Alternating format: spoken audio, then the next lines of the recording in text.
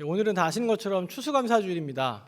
예년 같으면 사실은 이 시간에 이 본당 또 예배당을 가득 메워서 우리 함께 교구 찬양 축제를 해야 되는 날인데 지금 코로나 때문에 2년째 이 교구 찬양 축제를 못 하고 있습니다. 참 많이 안타까운데요. 내년에는 꼭 할 수 있으면 좋겠습니다.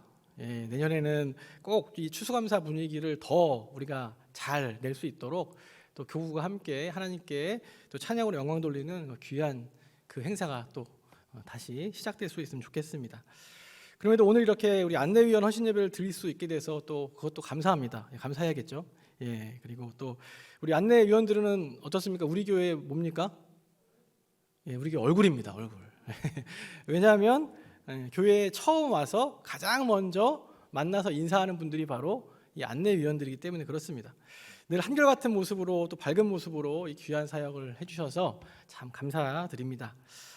말씀을 시작하겠습니다. 오늘 본문 말씀은 너무나 유명한 내용입니다. 흔히 선한 사마리아인의 비유라고 하는 말씀입니다. 성경 봉독은 30절부터 해주셨는데 사실 말씀의 내용은 25절부터 시작되니까 참고해 주시면 감사하겠습니다. 오전 예배 때도 담임 목사님께서 예수님께서 치유해 주셨던 사마리아인에 대한 말씀을 해주셨는데 오늘 지금 본문 말씀도 또 사마리아인이 나옵니다. 그래서 오늘은 사마리아인 특집이라고 보시면 되겠고요. 특별히 사마리아인들은 많이 아시는 것처럼 유대인들에게 굉장히 멸시를 당했던 사람이었습니다. 유대인들에게는 부끄러운 사람들이었고 또 때로는 유대인들에게 인간 이하의 취급을 받던 그런 사람들입니다. 그럼에도 이 누가복음의 저자 누가는 사마리아인들의 이야기를 적극적으로 기술했습니다. 유대인들이 갖고 있었던 이 순혈주의에 일침을 가하기 위해서였고요. 또 복음 안에서는 예수 그리스도의 복음 안에서는 신분이나 어떤 계층이나 출신 배경으로 사람을 나눠서는 안 된다는 것을 또 이 사마리아인들을 통해서 보여줍니다. 오늘 본문 말씀의 내용은 다들 아마 많이 알고 계실 겁니다. 특히 선한 사마리아인이라는 표현은 교회 다니지 않는 사람들도 너무 많이 압니다. 그래서 이 선한 사마리아인이라는 표현은 이 관용구처럼 사용되기도 합니다. 그래서 심지어 이 선한 사마리아인 법이라는 법도 있습니다. 물론 정식 법은 그게 아니지만 어떤 법의 별칭이 선한 사마리아인 법이라고 할 만큼 그만큼 이 내용은 굉장히 유명한 말씀입니다. 그럼에도 설교 시작하면서 오늘 본문 내용을 간단하게만 좀 말씀을 드리겠습니다. 특별히 제가 이게 말씀 설명을 드릴 때 이 대화, 오늘 말씀에 나오는 예수님과 율법교사의 대화, 특히 서로에게 하는 질문을 좀 유념해서 보시면 오늘 말씀을 또 잘 이해하는 데 도움이 되실 것 같습니다. 어떤 율법교사가 예수님께 질문을 했습니다. 25절에 보면 선생님, 내가 무엇을 하여야 영생을 얻으리까? 이렇게 질문을 했습니다. 이 질문에 대해서 예수님께서는 바로 답변을 하지 않으시고 예수님이 또 질문을 하셨습니다. 예수님께서는 율법교사에게 율법에는 뭐라고 기록되어 있느냐라고 그렇게 질문하셨고요. 또 율법교사가 그것을 어떻게 이해하고 있는지에 대해서 질문을 하셨습니다.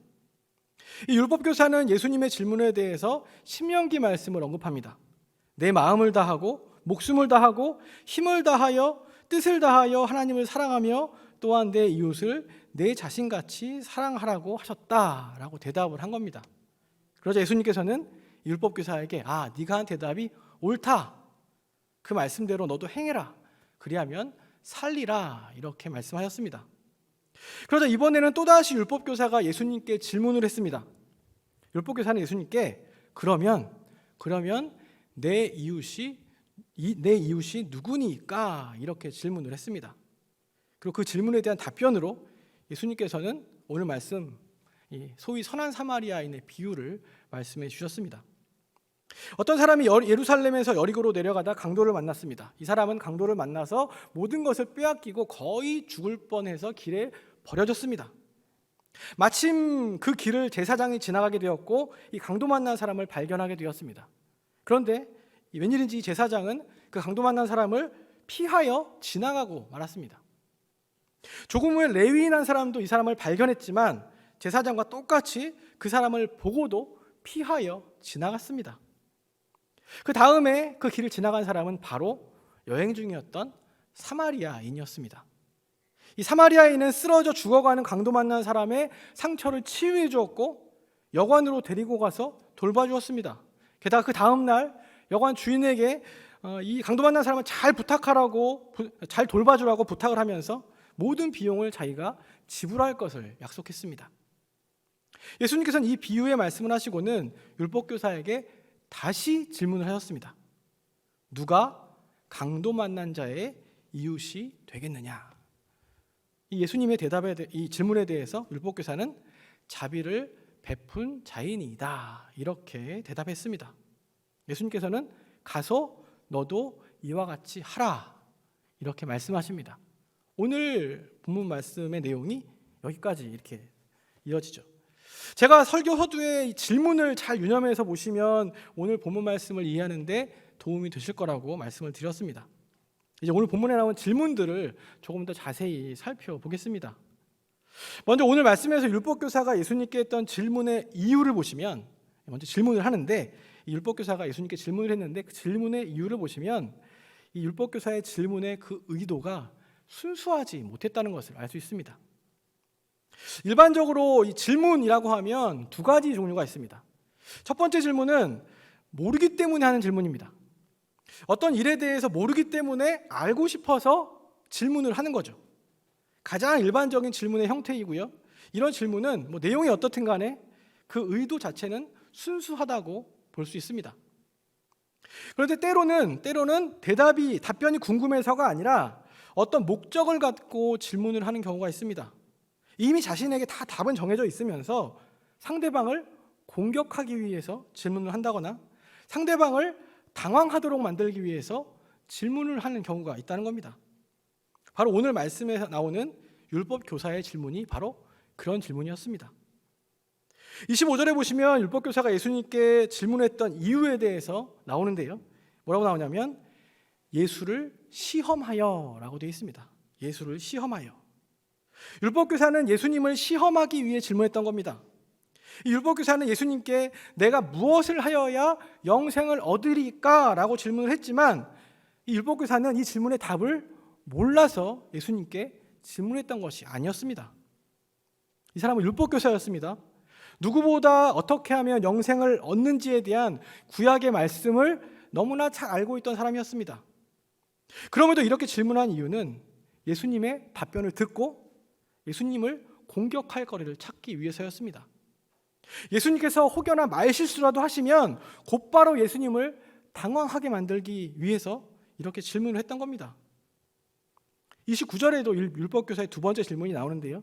그때 질문한 이유도 뭐라고 나오냐면 자기를 옳게 보이려고 이렇게 되어 있습니다. 율법교사는 예수님께 내 이웃이 누구니까? 라고 질문을 했는데요. 그 질문을 한 이유 역시 답을 몰라서가 아니었습니다. 자기를 옳게 보이려고, 즉 자기의 의를 드러내기 위해서 자기의 행실을 자랑하기 위해서 했던 질문이었습니다. 예수님께서는 하나님을 사랑하고 이웃을 사랑하라고 말씀하셨습니다. 그런데 이 율법교사는 이미 자기가 그 율법을 잘 실천하고 있다고 생각했던 사람이었습니다. 그 당시 율법교사 정도 하려면 그 누구보다 율법을 잘 지키는 사람들이 율법교사였습니다. 하나님을 섬기는 계명들을 잘 이행해야 했고 또 이웃사랑의 계명도 실천해야 했습니다. 아마도 이 율법교사는 나름대로 이웃들을 잘 규칙적으로 구제하는 삶을 살았을 겁니다. 그리고 그런 것으로 이미 자신은 이웃사랑을 잘 실천했다고 생각하는 사람이었습니다.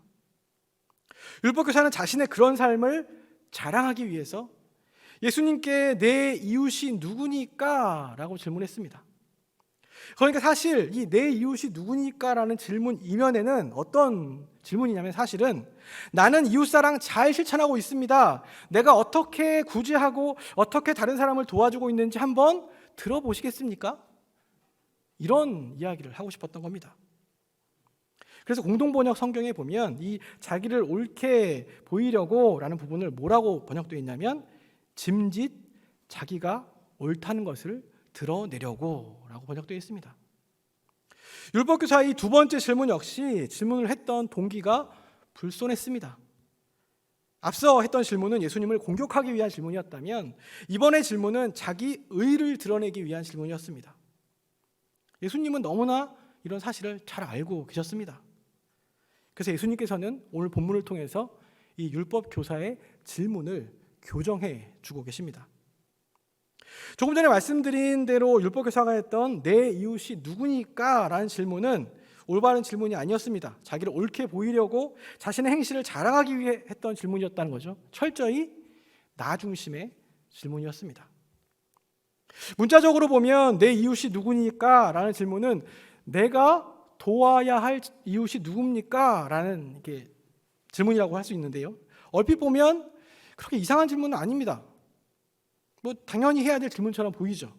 하지만 말씀드린 것처럼 이 질문을 잘 보시면 이 질문은 철저히 나 중심의 질문이었습니다. 내가 누구를 도울 것인가 하는 질문이었다는 겁니다.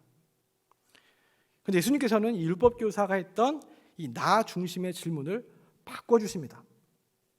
예수님께서는 선한 사마리아인의 비유를 말씀하시고는 36절에 보면 이렇게 질문하셨습니다.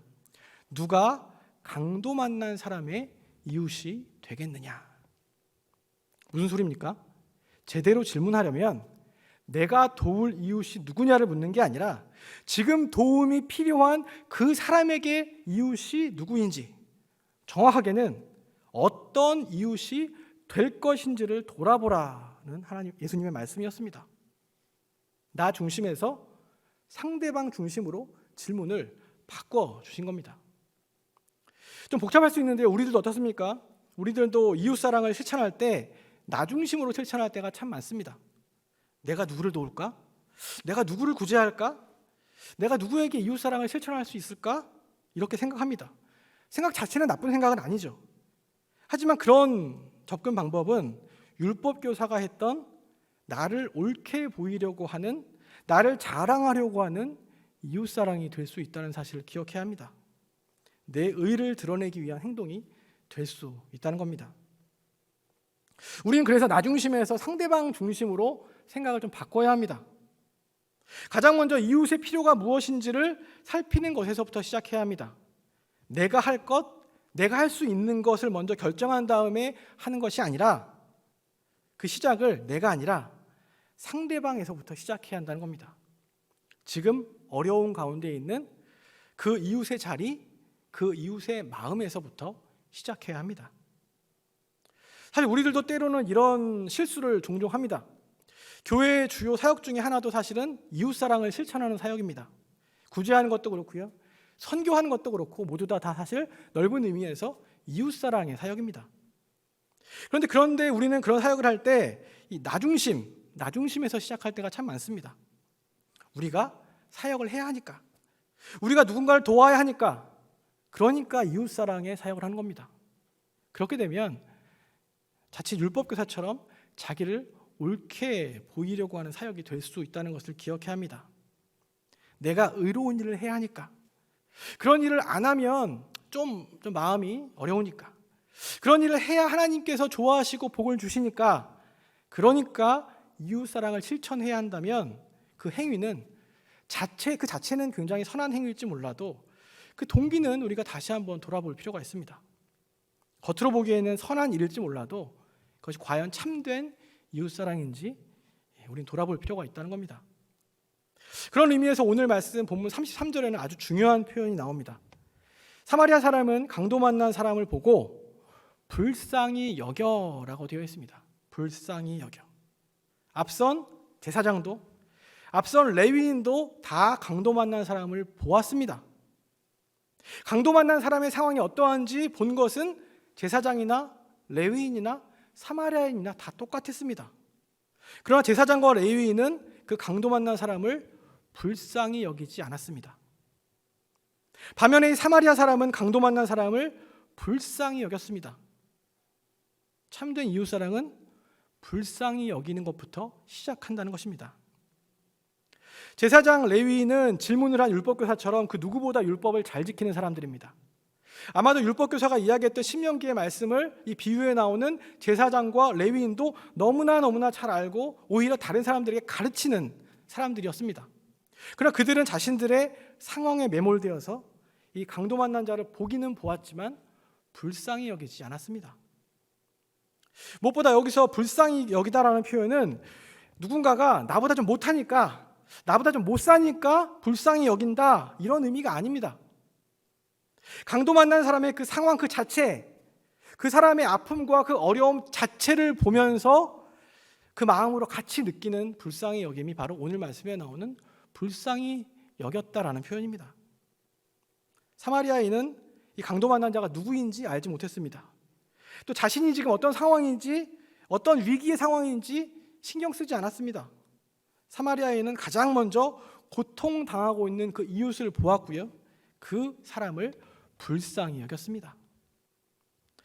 사마리아인은 강도 만난 사람을 불쌍히 여겼기 때문에 위험을 무릅쓰고 도왔고요, 불쌍히 여겼기 때문에 자신이 할 수 있는 최선의 자비를 베풀 수 있었습니다. 특히나 이 불쌍히 여기다라는 이 여기에 사용된 단어는 복음서에서 주로 사용이 많이 됐는데, 대부분 예수님께서 이스라엘 백성들, 예수님을 따라다니는 그 무리들을 바라보실 때 사용하기도 했고요, 또 병자들을 바라보시면서 예수님의 마음을 표현했던 단어가 바로 이 불쌍히 여기다라는 단어입니다. 예수님께서는 백성들을 보시고 병자들을 보시고 불쌍히 여기셨습니다. 그래서 그들을 이적을 통해서 먹이셨고 또 병자들을 친히 치유해 주셨습니다. 예수님께서 백성들을 바라보시며 가지셨던 마음이 바로 이 불쌍히 여김이었습니다. 그리고 예수님께서는 지금도 역시 여전히 하나님의 백성들을 바라보시며 불쌍히 여기고 계십니다.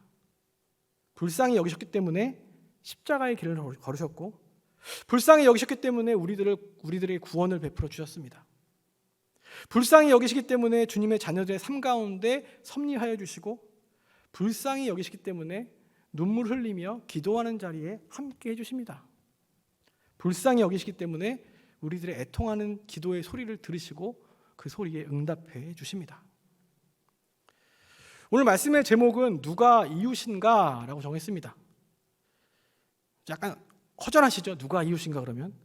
누가 나의 이웃인가 혹은 누가 당신의 이웃인가 라고 정하지 않았습니다. 대상이 좀 애매하게 제가 제목을 정했는데, 그 이유가 뭐냐면 우리는 서로가 서로에게 이웃이 되어 주어야 하기 때문입니다. 어느 한쪽이 다른 한쪽을 일방적인 이웃으로 여기는 것이 아니라 서로가 서로의 이웃이 되어야 합니다. 서로가 불쌍히 여기며 서로가 보살필 수 있어야 합니다. 서로가 서로에게 먼저 가서 자비를 베풀어 주어야 합니다. 그렇게 서로에게 이웃이 되는 것이 바로 예수님께서 가르쳐 주신 이웃 사랑의 실천입니다. 사실 요즘 코로나 때문에 이웃 사랑이 쉽지가 않습니다. 사실 자기 자신들의 상황이 너무 힘들어하는 분들도 많기 때문에 이웃들까지 돌볼 여유가 없는 경우가 많습니다. 또 이웃들의 상황은 보더라도 불쌍히 여기기가 너무나 힘듭니다. 그러나 우리가 함께 하나된 공동체라면, 하나님의 백성이고 하나님의 자녀고 예수 그리스도의 제자의 삶을 살아가기로 결단한 사람이라면 우리들은 먼저 주변을 보아야 합니다. 그리고 이웃을 바라보며 불쌍히 여기고 또 불쌍히 여기는 자비를 베푸는 사역을 감당해야 합니다. 그렇게 서로 도울 때 우리는 오히려 이 코로나의 어려움들을 충분히 이겨낼 줄로 믿습니다. 오늘은 추수감사주일인데요. 추수감사주일을 지내며 다들 여러 가지 많은 생각들이 드시겠지만, 무엇보다 오늘 오전에 담임 목사님께서 말씀해 주신 것처럼 우리가 좀 감사를 회복하면 좋겠습니다. 여러 가지 어렵지만 그럼에도 불구하고 감사할 수 있으면 좋겠습니다. 특별히 주변에 나 혼자가 아니라 우리 공동체가 있고 이웃이 있다는 것에 감사할 수 있으면 좋겠습니다. 서로를 바라보며 예수님의 눈으로 바라보며 우리가 서로를 불쌍히 여길 수 있는 마음이 있다는 것에 감사할 수 있기를 바랍니다. 그리고 비록 적은 힘이지만 서로 도울 수 있고 서로 기도할 수 있고 서로 격려할 수 있음에 감사할 수 있기를 바랍니다. 그럼에도 불구하고 감사하는 고백이 우리 교회 가운데 충만하기를 간절히 소망합니다. 우리 사랑하는 성도 여러분, 그리고 헌신 예배를 드리시는 우리 안내위원, 우리 모든 섬김이 여러분, 우리의 아주 작은 행동이 예수님의 모습을 보일 수 있습니다. 우리의 아주 작은 섬김이 예수님의 긍휼을 전할 수 있다는 사실을 잊지 마시고, 우리 모두가 다 우리 서로에게 또 세상을 향하여서 예수님이 가르쳐 주신 그 이웃 사랑을 실천하시는 우리 모두가 되시기를 간절히 소망합니다.